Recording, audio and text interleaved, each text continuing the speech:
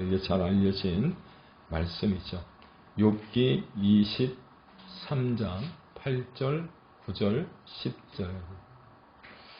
앞에 화면에도 제가 큰 글자로 올려놨습니다. 구약성경 784쪽 다 찾으신 줄로 믿고 우리가 한 목소리로 함께 석절을 뵙게 되지 않으니까 봉독해보면 좋을 것 같습니다. 시작. 그런데 내가 앞으로 가도 그가 아니 계시고 뒤로 가도 보이지 아니하며 그가 왼쪽에서 일하시나 내가 만날 수 없고 그가 오른쪽으로 돌이키시나 배울 수 없구나. 그러나 내가 가는 길을 그가 아시나니 그가 나를 단련하신 후에는 내가 순금같이 되어 나오리라. 아멘. 오늘 본문 욥기 23장 8절, 9절, 10절 그 가운데 10절은 너무나도 잘 알려진 말씀 가운데 하나입니다. 저만 그런지 모르겠지만 설교자가 이런 본문을 만나면 그냥 지나치고 싶은 생각도 듭니다. 엄청나게 중요한 말씀임에도 불구하고 왜냐하면 너무나도 우리에게 잘 알려진 본문이고 너무도 익숙한 본문이기 때문에 무슨 더 할 말이 있을까 그런 생각을 하게 되는 거죠. 그럼에도 불구하고 욥기 23장 10절의 말씀을 앞에 화면에 제가 띄웠는데 보시고 다시금 같이 봉독해 보시면 좋을 것 같습니다. 다 외우고 계시죠? 네, 같이 한번 봉독하겠습니다. 시작. 내가 가는 길을 오직 그가 아시나니 그가 나를 단련하신 후에는 내가 정금같이 나오리라. 그렇습니다. 이 구절은 우리에게 너무나도 익숙한 구절이고 여러분 들어서 외우려 하지 않아도 자연적으로 외우신 구절 가운데 하나이지만 혹시 이 구절을 통해서 욥이 하나님 앞에 이렇게 고백하게 된 배경을 여러분 혹시 알고 계시나요? 최근에 제가 욥기를 설교하면서 욥의 세 친구가 욥 한 사람을 계속해서 괴롭히고 있는 것처럼 저 또한 오로지 욥의 세 친구 가운데 딱 한 사람 엘리바스, 그 엘리바스의 오류에 대하여 집요하게 파고 있지 않습니까? 빌닷이나 소발이나 엘리후라고 하는 친구들이 있음에도 불구하고 제가 엘리바스 한 사람만, 세상에도 그런 말이 있더라고요. 설교 시간에 이런 말을 써도 되는지는 모르겠습니다만 나는 한 사람만 팬다 이런 거 있잖아요. 엘리바스 한 사람만 계속해서 집요하게 제가 못 살게 하는 거예요. 그 이유가 무엇이냐면 엘리바스 한 사람의 잘못과 오류와 오해, 그의 생각들을 잘 분석하고 나면 빌닷이나 소발이나 엘리후의 말이 왜 틀리는지를 알 수 있기 때문이에요. 그런데 공교롭게도 오늘 우리가 택한 본문은 욥기 22장에서부터 시작된 엘리바스의 세 번째 공격에 대한 욥의 답이에요. 욥의 답. 엘리바스는 욥기 22장 2절에서부터 3절 그리고 5절에 뭐라고 이야기를 하느냐면 너 같은 존재는 하나님께 유익이 되지 않는다 하며 하나님과 욥의 관계에는 관심이 없고 오로지 욥이 지금 받고 있는 고난에만 집중하고 있더라는 거예요. 단적으로 말씀을 드리면 엘리바스는 고난받는 욥을 철저히 하나님께 버림받은 사람으로, 욥을 하나님께 쓸모없는 사람으로 매도하고 있더라고 하는 거예요. 이것은 하나님을 오해한 것이고 하나님을 잘못한 거예요.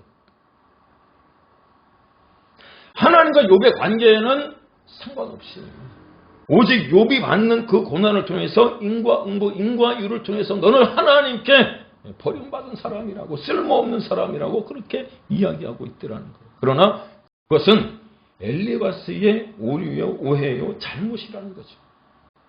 그에 반해서 욥은 위대한 신앙의 점프를 시도합니다. 도약을 이루어내더라고 하는 거죠. 그런데 그 도약과 점프의 지지대 역할을 한 게 무엇이냐면 오늘 여러분들과 함께 봉독했던 욥기 23장 10절 여러분들이 잘 외우고 있는 구절 내가 가는 길을 그가 아시나니 그가 나를 단련하신 후에는 내가 순금같이 정금같이 나오리라.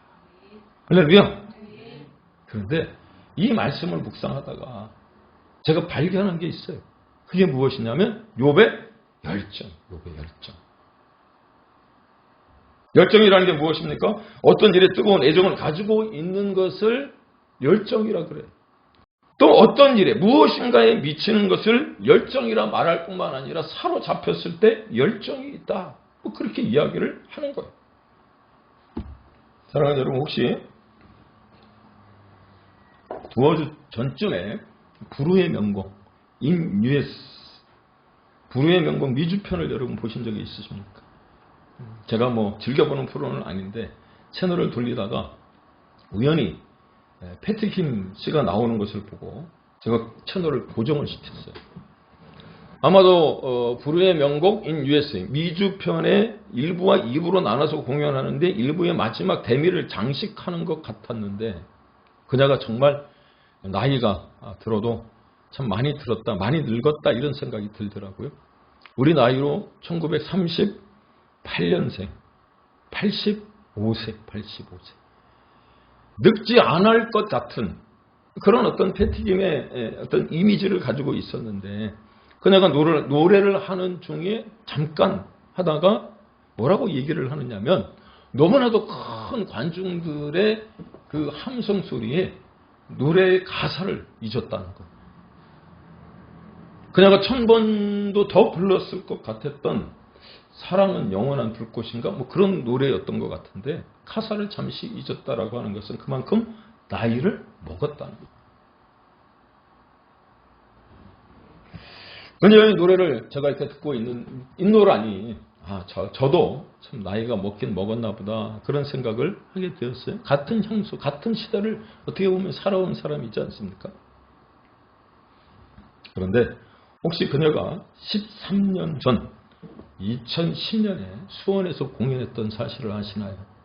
그때 나이가 73세였으니까 꼭 한 13년 전이었는데 그때 공연했던 포스터를 제가 혹시나 하고 찾아봤더니 인터넷에 있더라고요. 오늘 설교의 제목인데 여러분 뭐라고 되어 있어요? 패티김은 열정이다. 그녀가 수원에서 공연을 할 때 맨 마지막에 불렀던 노래가 무엇이냐면 종이 울리네 꽃이 피네 새들의 노래 웃는 그 얼굴 어디에서 산다고요? 네? 그 노래를 잘 모르시나요? 종이 울리네 꽃이 피네 새들의 그 노래를 꼭 불러드려야 되나요? 그리고 맨 마지막에 뭐라 그러냐면 수원에서 살렵니다 그렇게 노래를 하더라고요. 원래는 서울이잖아요. 근데 수원에서 공연을 하니까 수원에서 살겠다고 그렇게 노래를 했던 것을 제가 기억을 해요. 그런데 제가 이 포스터를 왜 찾았느냐면 이 포스터를 보면 우리가 72세, 73세의 나이가 되면 죄송합니다. 연세대생 우리 장로님 권사님도 계시는데 할머니, 할아버지 코스프레를 시도하지 않습니까?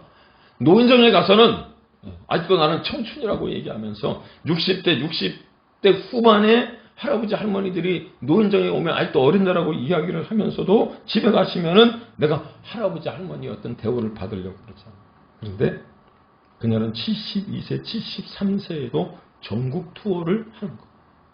근데 그렇게 전국 투어를 할 수 있었던, 공연할 수 있었던 비결이 무엇이냐면 포스터 아래 부분에 그 동기를, 그 열정을 소개하는 글귀가 적혀져 있어요. 뭐라고 되어 있냐면 노래를 생명으로, 무대를 운명으로. 하나님이 그녀에게 주신 달란트죠. 사명을 이루기 위해서 그녀가 말한 것처럼 시간이 흐르는 대로 녹슬게 놔두지 아니하고 계속해서 자신을 훈련해 나갔다는 것. 뿐만 아니라 이 패티김을 연구한 사람도 있더라. 열정 아닙니까? 네. 패티김 한 사람을 연구했던 한 교수가 그의 책에서 뭐라고 얘기를 했느냐면 그녀는 자신을 철저하게 절제하고 존재 가치를 세운 유일한 사람이었는데 그 이유가 어디 있었느냐? 나이가 먹었다고 뒷방에 머물러 있는 게 아니라 시간이 걸려도 서두르지 않고 자신의 일을 꾸준히 하다 보니까 그 문이 열렸다.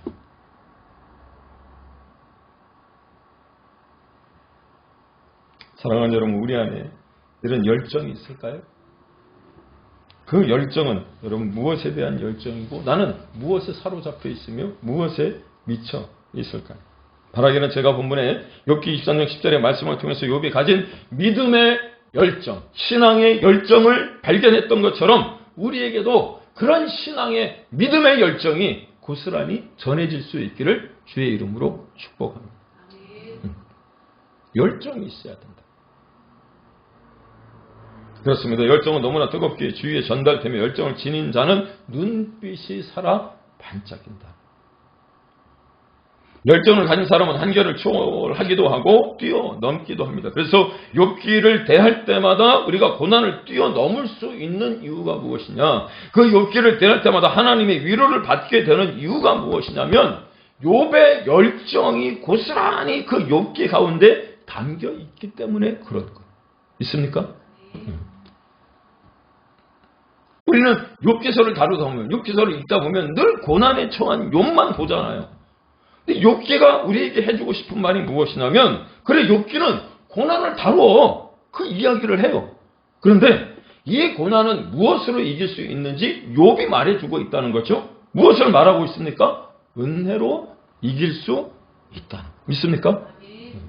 그래서 욥기를 여러분들이 보시고 통독해 나가실 때 고난만 보지 않고 그 고난 너머에 계시는 하나님의 위로를 받고 하나님의 은혜를 받을 수 있기를 주의 이름으로 축복합니다. 그래, 욥기가 그걸 말해주고 싶은 거예요. 욥기가 우리에게 들려주고 싶어하는 메시지가 바로 그겁니다. 고난은 크지만 하나님의 은혜에 초점을 맞추면 능히 이길 수 있다. 아멘이신가요?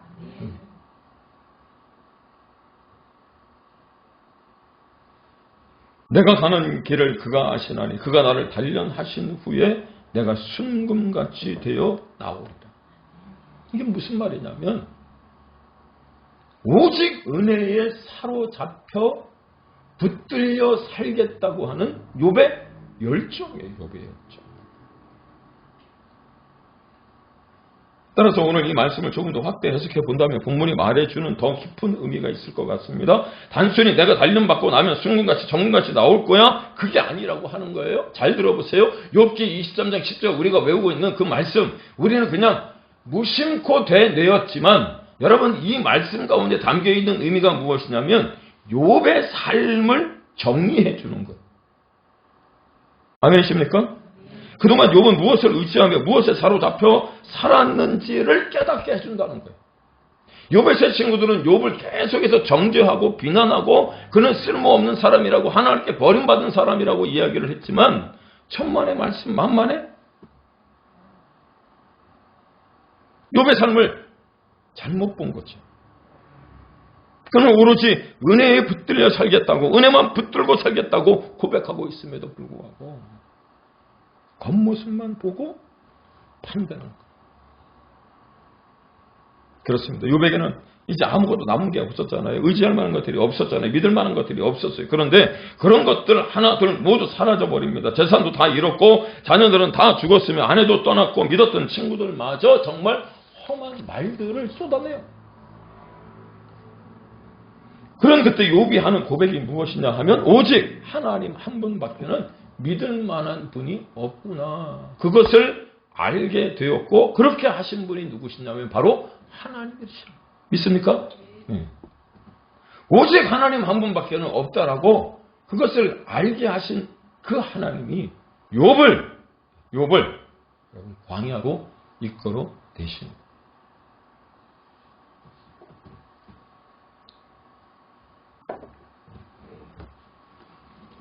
우리 가운데도 오늘 교회를 처음 오셔서 도대체 어떤 예배 순서에 의해서 내가 무엇을 해야 되는지 찬송도 알 수 없고 하나님의 말씀 성경을 보는 것도 좀 힘들고 제가 어렸을 때 교회를 나갔을 때도 그랬어요. 도대체 뭘 하는 건가 그런 생각을 할 때도 있었습니다. 도대체 이 말씀이 나하고 무슨 상관이 있는가 그런 생각을 해보게 되어진 거지.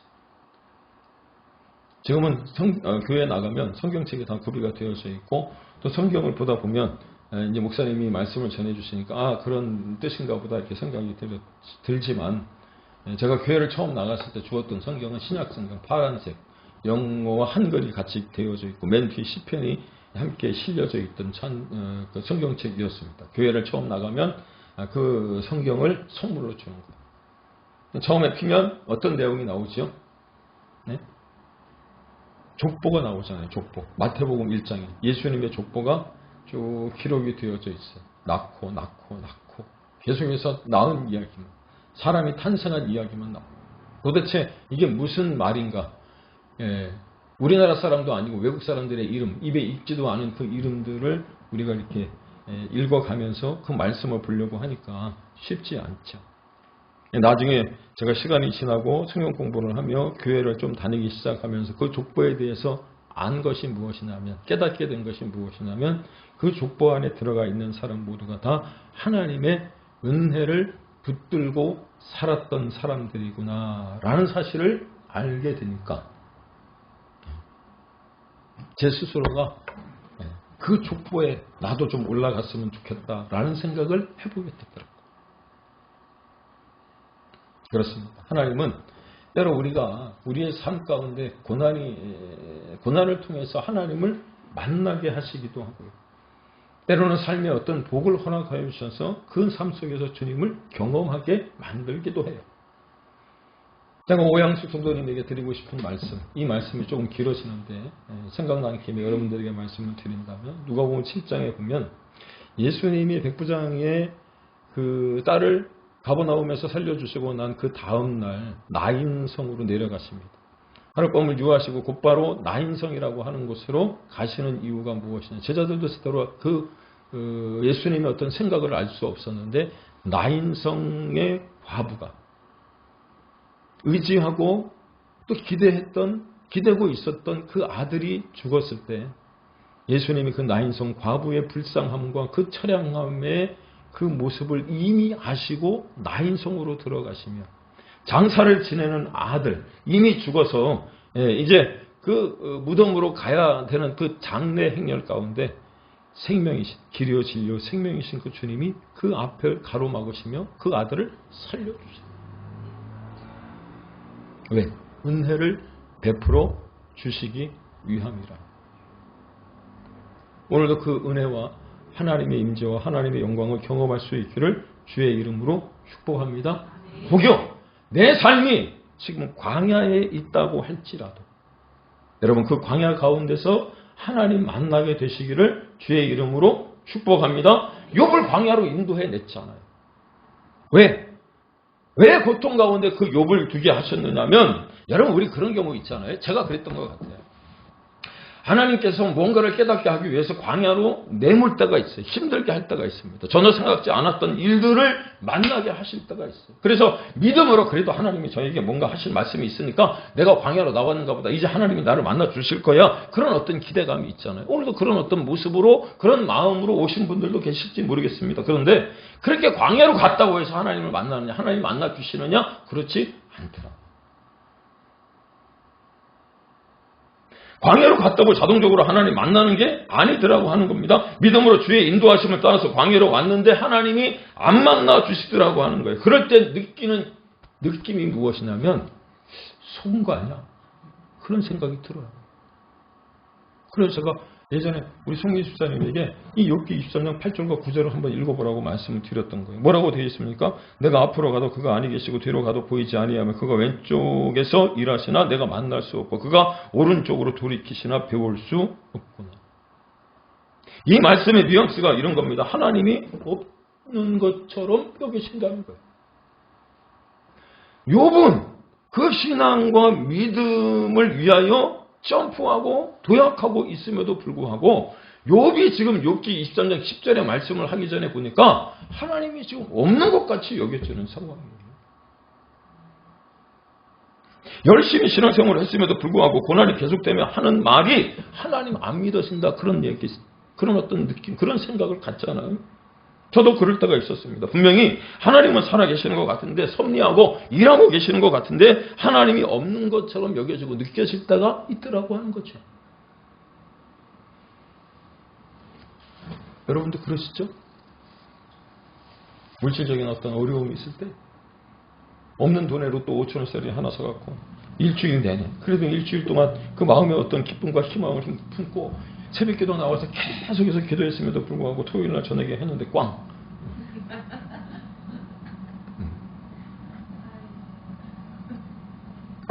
그래도 하나님 불쌍히 여겨줘서 본전하라고 5,000원짜리 하나 맞춰주십니다. 속이 얼마나 상한지. 남들은 10m 핏 했다는데 내가 가지고 있는 돈 잃어버린 것도 아닌데 괜히 내가 못 받아서 내가 마치 다 손해본 것처럼 느껴질 때 그럴 때 있잖아요. 예.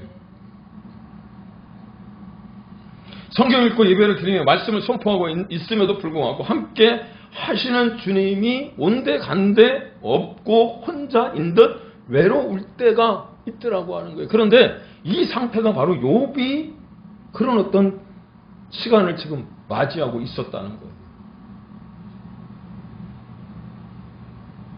고난 가운데 믿었던 모든 것이 다 없어지고 혼자인 듯한 느낌. 그런데 그럴 때 욥이 내린 선택이 무엇이냐? 이해는 안 되는데 이해가 안 되잖아요.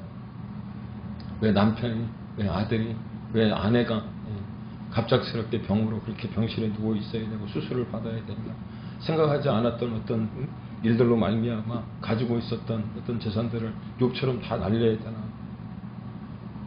이해는 안 되는데 욥이 내린 선택이 무엇이냐면 그냥 믿어버렸다. 믿습니까? 누굴? 하나님. 하나님이 광야로 내몬 이유가 있겠지. 그리고 어떻게 해요? 그냥 믿어버려. 그러니 욥의 열정이 얼마나 대단합니까? 사도행전 20장 24절에도 보면 예수님을 만나기 전에 예수 믿는 사람들을 잡아가두고 죽이는 일에 앞장섰던 사도 바울이 다메섹 도상에서 예수님을 만나고 성령에 사로잡히고 난 후에 그가 열정을 담아 했던 고백이 무엇이냐? 사도행전 20장 24절에 보면 내가 달려갈 길과 주 예수께 받은 사명, 곧 하나님의 은혜의 복음을 증거하는 일을 마치려 하면 나의 생명을 조금 더 귀한 것으로 여기지 않겠다고 그렇게 고백하더라고 하는 거예요. 그가 예전에는 예수 믿는 사람들을 잡아다 가두고 죽이는 일에 앞장섰다가 예수님을 만나고 난 다음에 자신을 그 말씀 가운데 예수 그리스도 안에서 자신을 비춰보고 나니까 자신이 얼마나 큰 죄인인가를 알고 고린도서 15장 8절에 만삭되어 나지 못한 자로, 고린도서 15장 9절에 보면 사도 중에 지극히 작은 자로, 에베소 3장 8절에 보니까 모든 성도 중에 지극히 작은 자로, 그리고 디모데전서 1장 15절에 보니까 죄인 중에 괴수라고 그렇게 말하고 있더라고요. 그럼에도 불구하고 그랬던 그가 나는 죽고 오직 내 안에 예수 그리스도가 사심으로 말미암아 이제 내 안에 예수로 충분하니, 오늘 우리 찬송했잖아요. 내가 예수로 충만하니. 할렐루야. 나의 달려갈 길과 주 예수께 받은 사명, 하나님의 은혜의 복음을 증거하는 일에는 비록 내가 죄인의 괴수일지라도, 모든 성도 중에 지극히 작은 자일지라도, 사도 중에 지극히 작은 자여 만삭되어 나지 못한 자일지라도 자신의 목숨을 조금도 귀한 것으로 여기지 아니하고 하나님의 말씀을 증거하겠다는 거예요. 여러분, 우리 안에 이런 열정이 있기를 주의 이름으로 축복합니다. 축복합니다.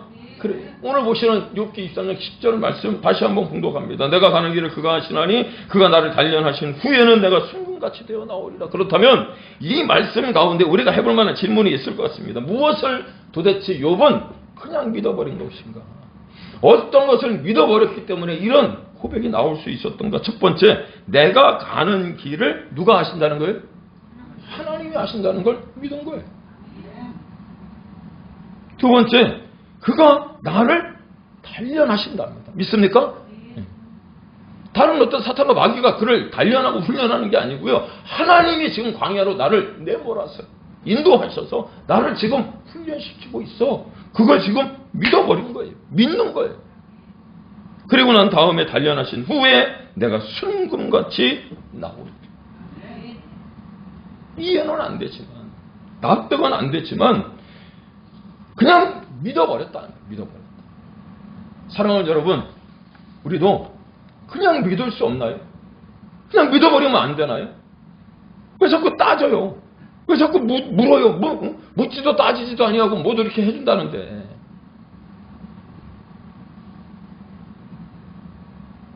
그런데 여러분, 그렇게 했더니 어떤 일이 벌어지느냐? 그때부터 풀리더라고요. 아멘이십니까? 그냥 믿어버렸더니. 신앙의 열정을 가지고 있었더니 그 믿음이 정죄되고 정죄돼서 나오는 게 무엇이었느냐면 정금이더라고. 믿습니까? 그래서 우리가 왜 믿어야 하느냐?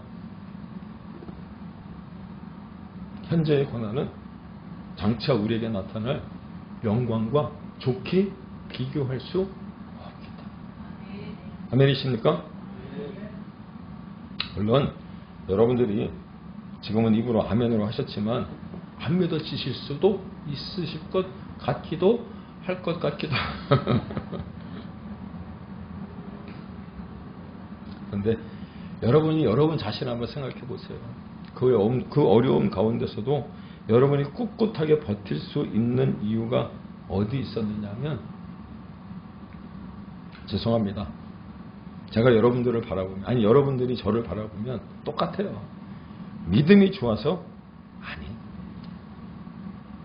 우리가 이렇게 꿋꿋하게 어려움 가운데도 버틸 수 있는 이유가 무엇이냐면 시편 119편 75절에 보니까 이런 말씀이 있더라고요. 화면에 띄워놨는데 여호와의 내가 알거니와 주의 심판은 의로우시고 주께서 나를 괴롭게 하심은 성실하심이니. 여러분 이 말씀도 이해가 되시나요? 주의 심판은 의로우시고 주께서 나를 괴롭게 하심은 저의 성실 때문이라. 그래요? 공의로우신 하나님이신 것은 알겠는데 내가 지금 고난받는 게 하나님의 성실하심 때문이라고 하는 것은 이해가 공감이 안 되는 거죠. 근데 이 말이 무슨 말이냐면 우리의 믿음이 좋아서 지금 내가 받고 있는, 내가 지금 광야 가운데 버티고 꿋꿋하게 인내하며 견딜 수 있는 이유가 무엇이냐면 하나님은 하나님의 수준을 낮추셔서 우리에게 맞추신다는 게 아니고요. 여러분 우리의 수준을 하나님의 수준으로 높여 가신다는 것을 기억할 수 있기를 바랍니다. 아멘이십니까? 하나님은 하나님의 절대 수준을 우리에게 낮추시지 않는단 말이에요. 대신 우리를 높이시는 거예요. 우리의 수준을 높이신단 말이에요. 내가 가는 그 길을 내가 다 알지 못하지만 누가 아신다는 거예요? 하나님이.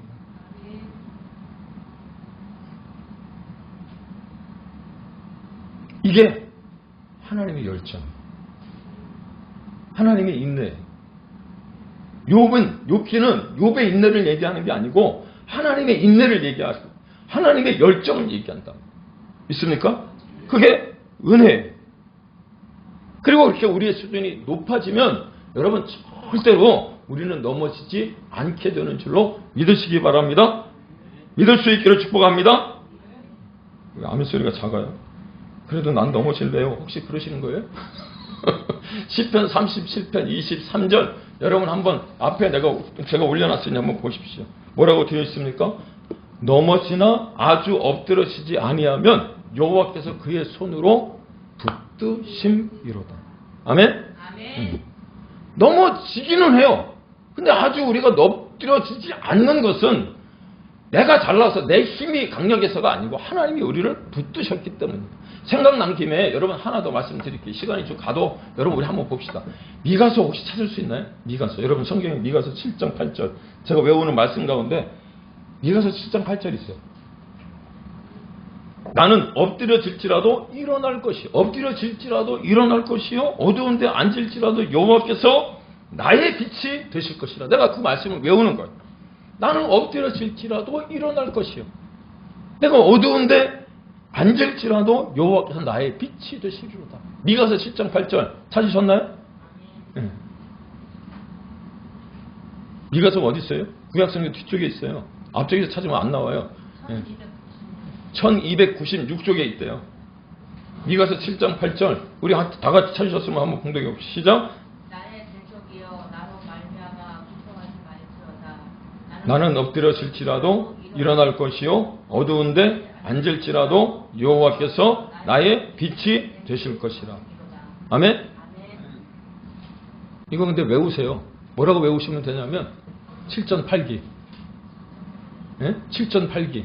미가서 7장 8절. 7전 8기로 외우시면 되는 거예요. 나는 엎드려질지라도 일어설 것이요 어두운데 앉을지라도 여호와께서 나의 빛이 되실 것이요. 있습니까? 7전 8기라니까요. 사랑하는 여러분, 믿음이라고 하는 게 무엇이냐면 여러분들이 사과밭에 갔어요. 우리 딸기밭에 가서 딸기 한번 따보지 않았습니까? 그 사과밭에 가서 사과의 숫자를 세라 그러면 그 나무에 달려있는 숫자를 세는 사람은 믿음이 없는 사람이에요. 사과 씨를 보고 그 숫자를 세는 게 믿음입니다. 코로나 이후에 교회들이 성도님들이 많이 떠나심으로 말미암아 숫자들이 많이 줄었대요. 대형 교회도 어마어마한 숫자들이 가나안 교인들이 되고 철새 교인들이 되어져서 지금 그냥 온라인으로 예배 드리겠다고 그래서 현장 예배를 못 드리시는 분들이 많대요. 근데 새로 교회를 오셨는데 여러분 눈에 보이는 숫자만 세고 가는 것, 그러면 그것은 아무것도 아니고요. 그냥 겉모습만 보고 판단한 거예요. 그러니 함께 복을 받을 기회를 놓친 거예요. 안타까운 거죠. 결론입니다. 그렇다면 욥기가 왜 우리에게 귀한 성경일까? 욥기가 왜 우리에게 귀한 성경이냐면 이 욥기가 주는 메시지가 무엇이냐면 고난과 그 이유를 연결시키지 말아요. 아멘이십니까? 어렵나요? 고난이 온 이유를 자꾸 묵상하지 말고 지난 3일 밤 기도회 때 말씀드렸잖아요. 하나님이 우리에게 까닭없이 베푸시는 그 은혜, 그거 기억하라는 거예요. 믿습니까? 네. 이해는 안 되지만 그냥 믿어버리는 거예요. 그러면 하나님은 우리를 하나님의 높은 수준에 이르도록 만들어 주시며, 그렇게 만들어질 때 지금은 이해가 되지 않아도 납득이 되지 않아도 그냥 믿어버리는 그 믿음, 그 은혜를 여러분 깨닫게 되는 줄로 믿습니다. 시간은 같지만 한 가지만 더 말씀을 드릴게요. 어제 저녁에 집에서 이제 말씀을 준비하고 있는데 꿈선교회 이성원 목사님, 꿈선교회 대표되는 이성원 목사님이 전국으로 뛰잖아요. 그 많은 교회들을 케어를 하려고 하다 보니까 힘이 들잖아요. 부산에서 임직식 있다고 금요일 날 밤에 본덕이 이제 대구니까 대구 가서 주무시고 부산에 가서 임직식 예배를 드리고 올라오시는 길에 저희 부부 저녁을 사주시겠다고 만나자고 그래서 저녁 사주시고 그다음에 이제 커피 한잔 마시고 가셨어요. 근데 그 이야기를 하다가 무슨 말씀을 하셨냐면 그 커피가 정말 좋은 커피가 여기 커피숍에서 판다는 거예요. 제가 그 말씀을 듣고 저녁에 들어와서 설교 준비를 다시 하다가 이런 말씀이 생각나서 제가 찾아봤습니다. 인터넷에 이런 이야기가 하나 있더라고요. 세상 사람들은 리미티드 에디션, 뭔가 아시죠? 한정판 제품에 열광한다. 그래서 오픈런 하잖아요. 리미티드 에디션 사기 위해서. 그래서 내용물이 같을지라도 더 비싼 값을 치르고 소유하고 싶어 한다. 그런데 곰곰이 생각해 보면 지구에 살고 있는 우리가 한정판입니다. 여러분이 한정판이란 말이에요. 리미티드 에디션이란 말이에요. 있습니까? 그것도 수십, 수백, 수천 개에 생산된 것이 아니라 오직 세상에 단 하나뿐인 존재, 바로 여러분이신 줄로 믿으시기 바랍니다. 그러니 우리 스스로 존재감을 가져도 될 것이고 세상에 단 하나뿐인 귀하고 귀한 존재가 바로 여러분이시기 때문에 혹시 고난 가운데 놓인다고 할지라도 광야에 있다고 할지라도 하나님의 뜻이 있겠지. 그리고 욥이 그렇게 열정을 가지고 믿어버렸던 것처럼 그런 믿음이 우리 안에 있기를 주의 이름으로 축복합니다. 하나님이 바로 이와 같이 우리를 만들어 가시기 위해 오늘도 은혜 베푸심을 여러분 기억하시고 그 은혜 가운데 거하심으로 말미암아 이제 12월 맞이하지 않았습니까? 한 달 마무리 잘 하시고요. 또 한 해를 여러분 복되게 보낼 수 있는 우리 모두가 되기를 주의 이름으로 축복합니다.